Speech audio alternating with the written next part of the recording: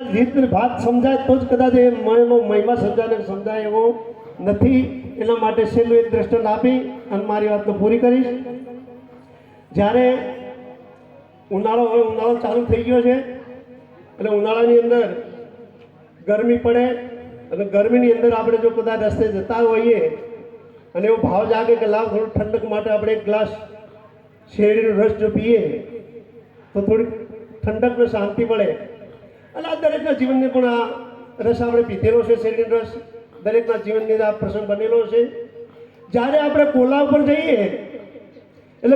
જઈએ એટલે કોલું ઓપરેટર શેરડી આ બધું તૈયાર હોય. કોલું એક સદગુરુ મહારાજની યુક્તિ છે. ઓપરેટર છે સદગુરુ મહારાજ છે. અને પીપળાની અંદર શેરડીના હોઠા મૂકેલા હોય.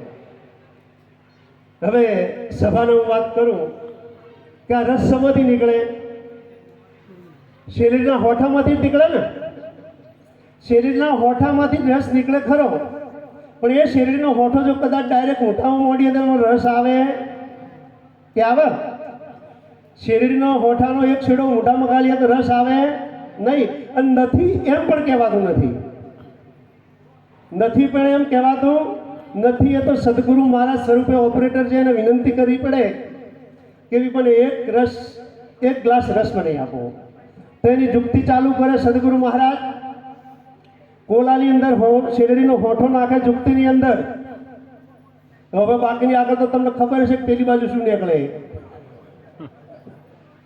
પેલી બાજુ અને આ બાજુ. એટલે સંત મહાપુરુષ કીધું હરે રામ રસ ऐसो है मेरे भाई जे कोई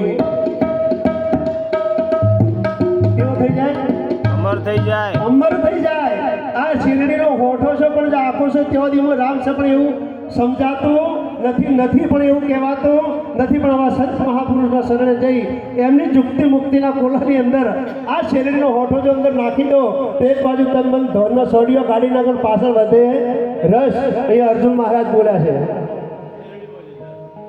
નહીં છોડો ગુરુજીનું નામ, નહીં છોડો રે ગુરુજીનું નામ. સુણજો જ્ઞાન લઈ રજશાલી, નહીં છોડો ગુરુજીનું નામ. શેરડી મોયથી સારજ કાઢ્યો, શેરડી મોયથી સારજ કાઢ્યો. સાખર પડ્યું નામ, ભાઈ સાખર પડ્યું નામ. હવે તો નિશ્ચય કીધું એ જ હમારું. આ એ જ રામ નક્કી થાય તો એ જ રામ છે, બીજો કોઈ રામ છે નહીં. આવા સંત મહાપુરુષો ઘણા ઉદાહરણ દાખલા આપ્યા છે. આ પોતપોતાના શરીરની અંદર જો પોતાના સ્વરૂપની પ્રતીત કરવી હોય, નિજ નામની પ્રતીત કરવી હોય, આત્માની ઓળખાણ કરવી હોય, બહુ ઓળખાણ કરીને જ બેઠા છો ને એ સિવાય તો ભાઈ આવો નહીં. પણ જો કદાચ કોઈ બાકી રહી ગયેલા હોય તો કદાચ આવા સદગુરુના શરણે જઈ તનમન ધન સમર્પણ કરી અને પોતાના જીવનને ધન્ય બનાવી અને આ જીવનનો આનંદ લેવાનો છે. લોકો આમ ક્યારે આવો મેચી જાય એનું નક્કી નથી. આટલું ખોલી મારી વાણીને વિરામ આપું છું. સદગુરુ ભગવાન કી જય, સદગુરુ નિરાંત મહારાજ કી જય.